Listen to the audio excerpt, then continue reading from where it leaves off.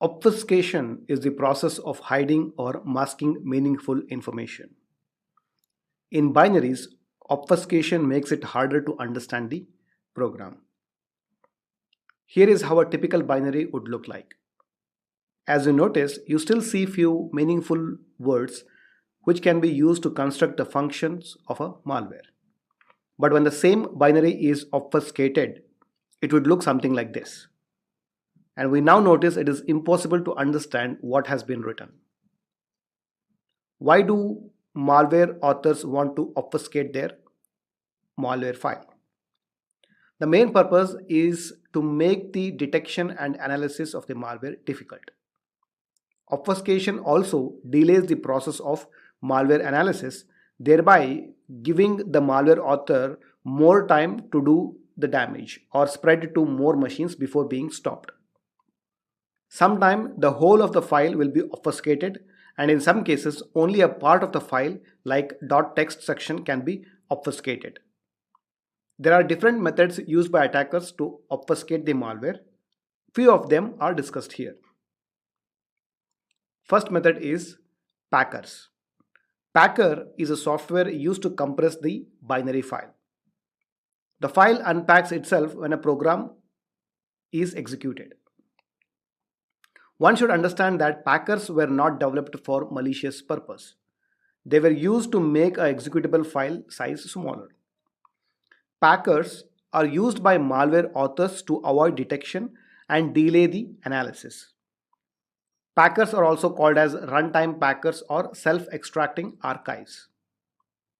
In the image, you would see how a binary file with a PE header and a section undergoes packing, and the packed file will have a brand new PE header and a decompression stub, which holds the instructions to unpack the malware while executing.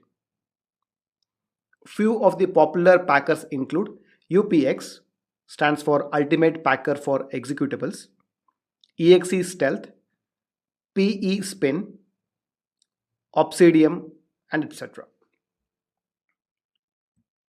The next technique is polymorphic or metamorphic malwares. Most malwares use encryption to avoid being detected by antivirus scanning. The instructions to decrypt the malware will be in the decryptor. In polymorphic, the malware constantly changes its identifiable features to avoid detection. However, it keeps changing only one part of the malware. For example, it could be a decryptor. However, in metamorphic malware, the malware completely rewrites the code. As you see in the image, both the malware code and the decryptor keeps changing. Other name for such malwares is called self-modifying malwares. Next method of obfuscating malwares is dead code insertion. This is a simple technique of adding few useless instructions in the program to change its appearance, but the behavior will remain the same. Here it shows how a dead or a non-functional code can be inserted. It might look very obvious now as I have highlighted the lines, but imagine understanding and identifying these lines in hundreds of lines of code. Next, we have a technique called subroutine reordering. A subroutine is a part of program that does a specific part. It is sometimes referred to as function. In subroutine reordering method, the malware author just changes the order in which the functions are written, thereby changing the file hash. Consider an example where a program has 7 subroutines. In the second version, the malware authors just changes the order of the subroutine, thereby having multiple variants of the same malware. Consider an example where a program has 7 subroutines. In the further versions, the malware author just keeps changing the order of the subroutine, thereby having multiple variants of the same malware. Another method is called instruction substitution. This method changes an original code by replacing some instructions with other equivalent ones. In programming, one result can be achieved by various logic.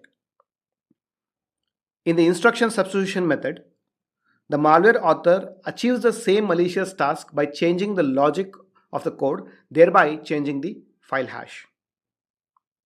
Few of the other popular obfuscation techniques include exclusive OR method, simply referred to as XOR, base 64 encoding, and ROT13.